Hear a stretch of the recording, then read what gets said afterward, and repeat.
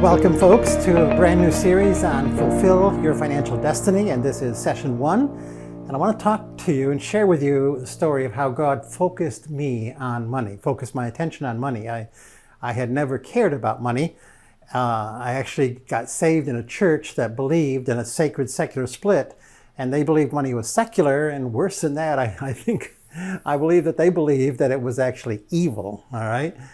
And I was 15 years of age, so I just kind of embraced what they taught me. I wasn't going to try to challenge that or anything like that. Although within 2 years, I was challenging the elders and saying, hey, look, here's some verses in the Bible on David praising with instruments, and we don't use instruments in our church. Why not? And they just said, well, we don't do that. So within a couple of years, I was beginning to challenge things, but at age 15, I didn't challenge it. I just accepted their view. Money was evil. Money was secular.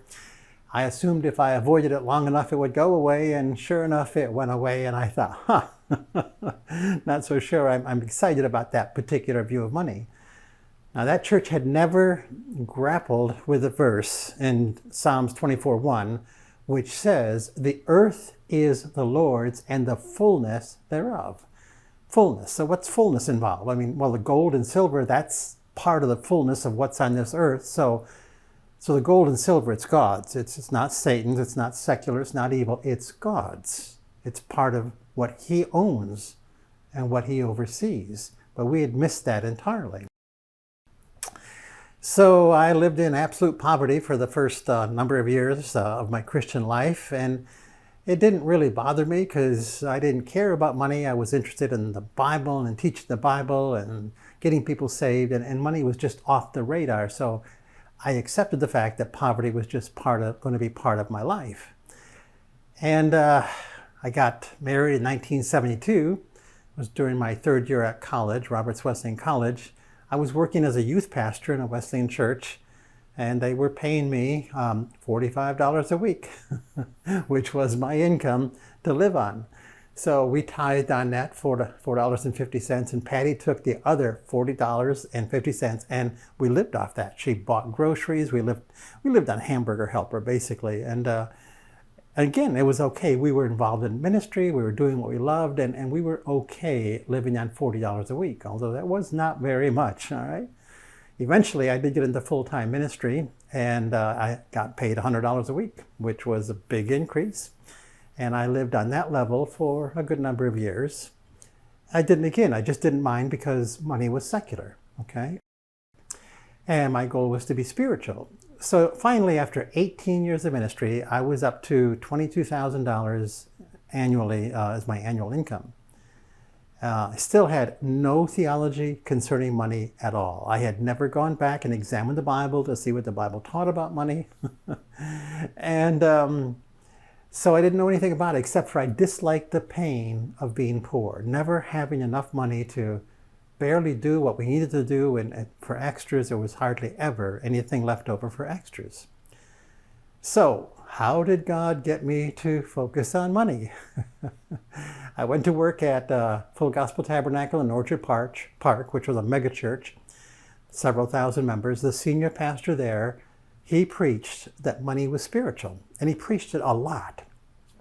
So after about 3 years of listening to those sermons, I changed my mind slightly about money, and I said, okay, money's spiritual, that's fine. Lord, I got my hand out. If you'd like to send a $100 bill down from heaven, I'm willing to receive it. So I was no longer opposed to money. I was opened, okay?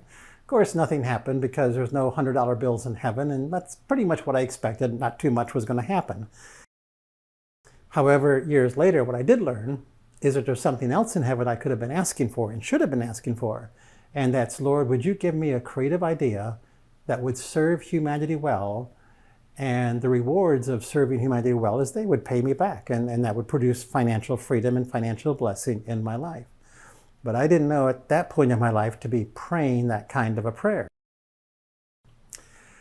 So one year, at Full Gospel Tabernacle, the church went through a financial crunch.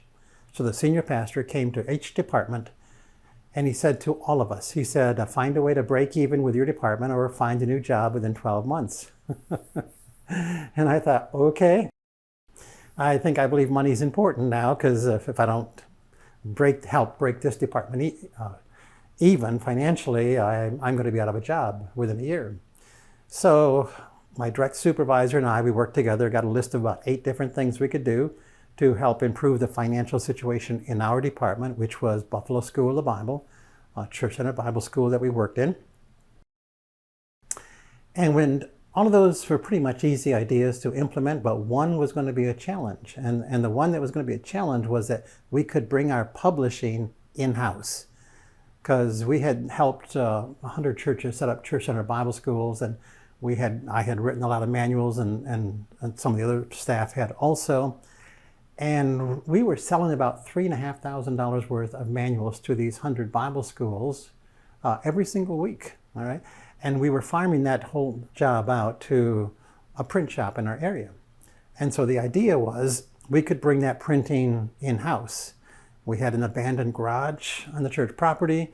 We could set up a print shop in the garage. We could make the money off the printing rather than having to pay it so much to the print shop. And so the senior board liked that idea, and they said that they wanted to put me in charge of setting up the print shop, doing a business plan, which I'd never done a business plan, figuring out what we needed to buy for an offset printer, figuring out the desktop publishing package that we needed. And I really didn't want to do it, but when I journaled about it, the Lord said, go ahead and do it because they told you to do it. And I said, man, I just really want to preach the gospel. I want to teach in the Bible school. I don't really want to do a business plan in a print shop, but I obeyed the Lord, and I presented the business plan to them, which they handed back to me 4 times and said, how about if you revise it 4 times? I said, I didn't want to present it in the first place, and now I have to do it 4 times, and God said, do what they've asked you to do. So I did. At the end of 4 times, they accepted $35,000 commitment by the church to buy an offset printer and desktop publishing. And I thought, whew, okay, that's done. That was 6 months of my life to get that figured out and done. And now I'm going back to what I love, which is preaching and teaching in the Bible school. And then they said, well, we'd like you to set up the print shop in the garage and hire the people and manage the whole print shop. And I said to myself, I don't want to do that. I want to teach in the Bible school. I want to do what's spiritual, and setting up a print shop is not spiritual. It's part of the secular world, because I still had this belief in my head of a sacred secular split. Very strong belief. And I did not consider setting up a print shop to be spiritual. Now, it actually is, because it's part of the earth and the fullness thereof. But I still was living under a curse of the sacred secular mindset. And so I said to myself, fine, I'll give this a lick and a promise, and I'll get it set up quickly, and I'll let them manage themselves, and I'll go back to doing what I love and what's spiritual, which is teaching in the Bible school. And the Lord, in my journal, said, no. He said, do not give it a lick and a promise. He said, look, I want you to take the time to do this properly. And so I took the time to do it properly. I hired the people, I trained the people, I learned to management by walking around was my management style. I just walked through the desktop publishing department, the offset printing department, ask them how you're doing, any problems they had, solve them. And so 6 months later, it was all running smoothly. That's like a full year of my life, beginning to end, but it's running smoothly. And our department is bringing in $250,000 annually to the church budget, which was a phenomenal accomplishment. Because I didn't believe that you could even run a business on church property and release the benefits of that business to the church. The whole idea was totally outside my consciousness, but here we had just done it. And I had just spent a year doing something and expanding my skills, even though I wasn't happy during the process.